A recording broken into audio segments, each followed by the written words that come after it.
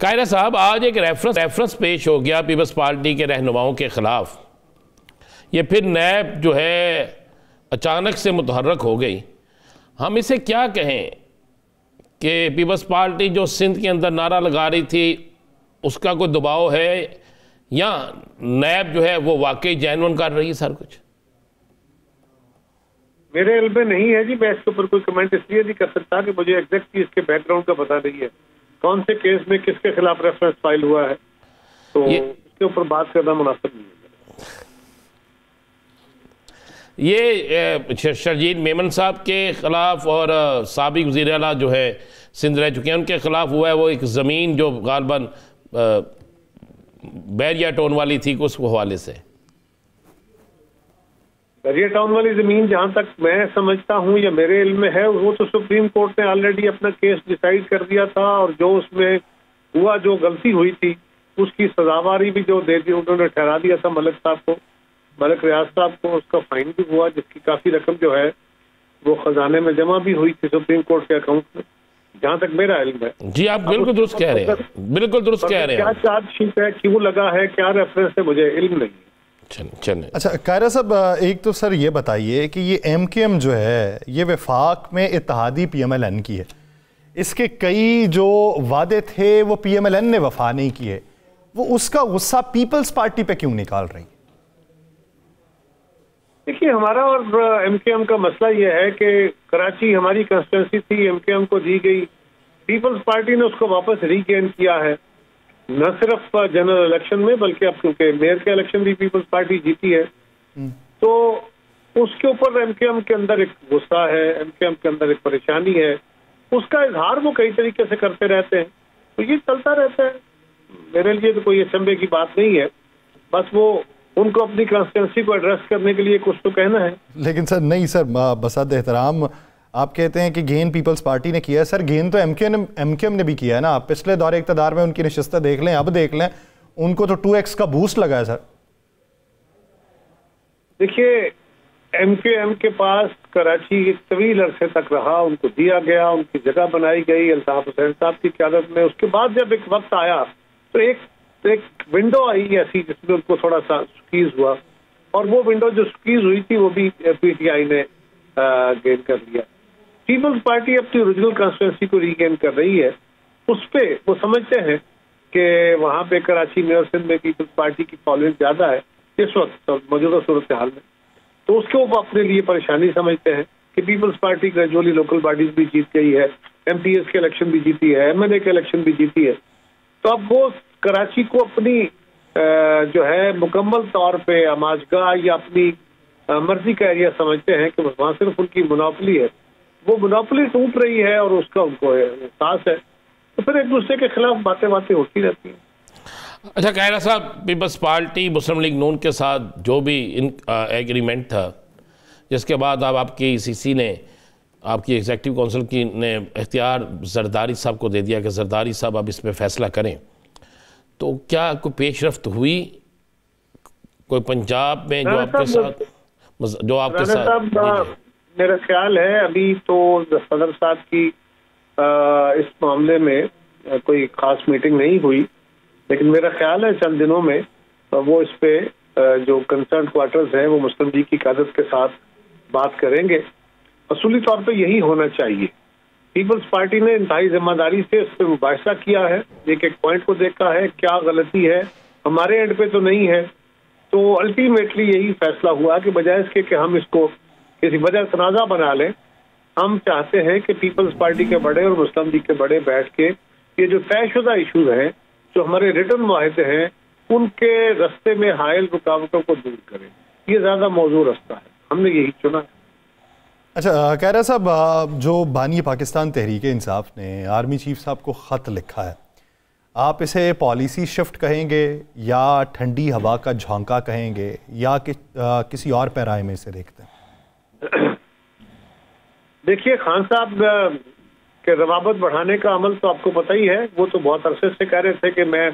चाहता ही हूँ कि उनसे मेरे मुज़ाकरात हों, तो बहुत दिनों से कह रहे थे, बल्कि सियासी जमातों से मुज़ाकरात से इनकारी थे, और वो कह रहे थे कि मैं मुज़ाकरात करूंगा तो सिर्फ उनसे करूंगा। अब अगर उन्होंने मुज़ाकरात की वो सूरत नहीं बन पाई या उनकी तसल्ली नहीं हुई, उन्होंने खत लिखा है, तो ये भी एक नुक्ता आगाज करने की कोशिश हो सकती है। अच्छा कायरा साहब, आपको नजर क्या आ रहा है ये पाकिस्तान के अंदर सियासी इस्तेहकाम के लिए क्या होना चाहिए? राना साहब, जिस बात को इस्तेहकाम कहा जाता है, क्या आप मुझे बता सकते हैं कि जुल्फ़िकार अली भुट्टो शहीद की गवर्नमेंट के बाद कोई ऐसी गवर्नमेंट आज तक पाकिस्तान में गुजरी है जो जमहूरी हुकूमत हो, सियासी हुकूमत हो और उसमें इस्तेहकाम रहा हो? ठीक कह रहे हैं आप, बिल्कुल ठीक कह रहे हैं। और अगर कोई ऐसी हुकूमत नहीं गुजरी तो ये चैलेंजेस हर हुकूमत के साथ रहे हैं। इकोनॉमी का चैलेंज है, मुखालफीन उसके खिलाफ नारे लगा रहे होते हैं। हर आने वाले वक्त में जब जब सियासी निज़ाम गैर मोतबर हुआ है, सियासी जमातें कमज़ोर हुई हैं, ये कबीलों की, पैसे की, बिरादरियों की, मसलक की, इसकी सियासत को ज़्यादा फ़रोग मिला है, तो पॉलिटिक्स श्रिंक हुई है और गैर सियासी माहौल जो है वो ज़्यादा बढ़ा है, तो उसका नुकसान हुआ है। मैं देख ही रहा हूँ कि ये अमल जूं बढ़ रहा है, पाकिस्तान के ओवरऑल वजूद को भी जो नुकसान पहुंच रहा है, क्योंकि बाइंडिंग फोर्सेस जो होती है ना जमहूरी अमल के अंदर, वो सियासी जमातें होती हैं, जहाँ पे आप नफरतों से हटके मुल्क के एक खित्ते का रहने वाला, एक हिस्से का रहने वाला मुल्क के दूसरे हिस्से के साथ रहने वाले के साथ नारा लगाता है, एक झंडा लगाता है, एक लीडरशिप को मानता है और उसको फॉलो करता है, उसकी फिलॉसफी के साथ खड़ा होता है, तो ये बॉन्ड बनता है। एक जमात, दूसरी जमात, तीसरी जमात, इस तरह मुख्तलिफ ख्याल जमातों के लोग अपनी अपनी जगह पे जब इकट्ठे होते हैं तो वो सारे पाकिस्तान को आपस में एक बुनकर में बुन देते हैं। जब वो कमजोर होगी तो नेचुरली तो मुल्क के हालात भी खराब होंगे।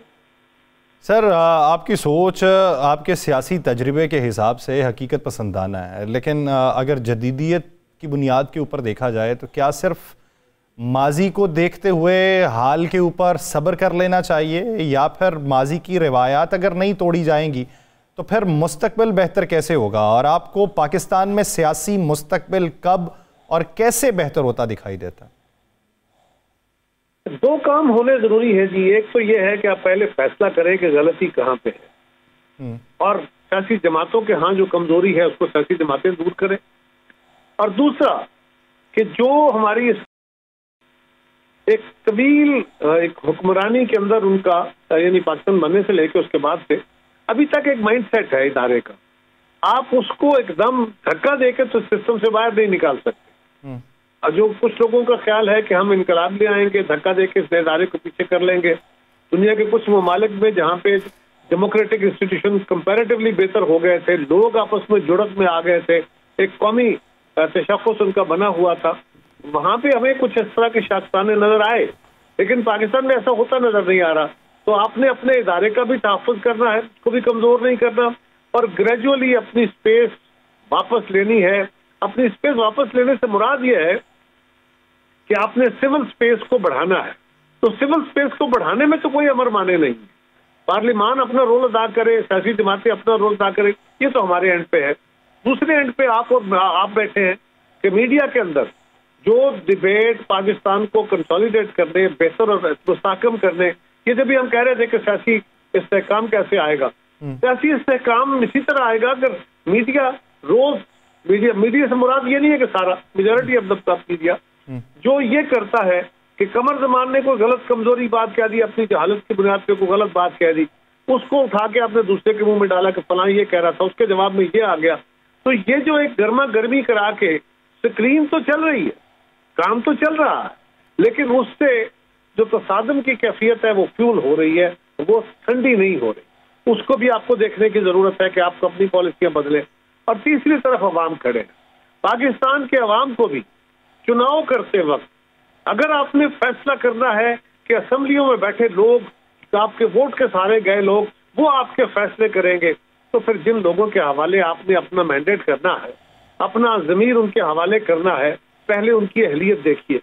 उनकी काबिलियत देखिए, उनका माजी देखिए, उनके किरदार देखिए, और फिर उनको चुनाव करके भेजिए। अगर गलत लोगों को, दो नंबरियों को, वफाद परस्तों को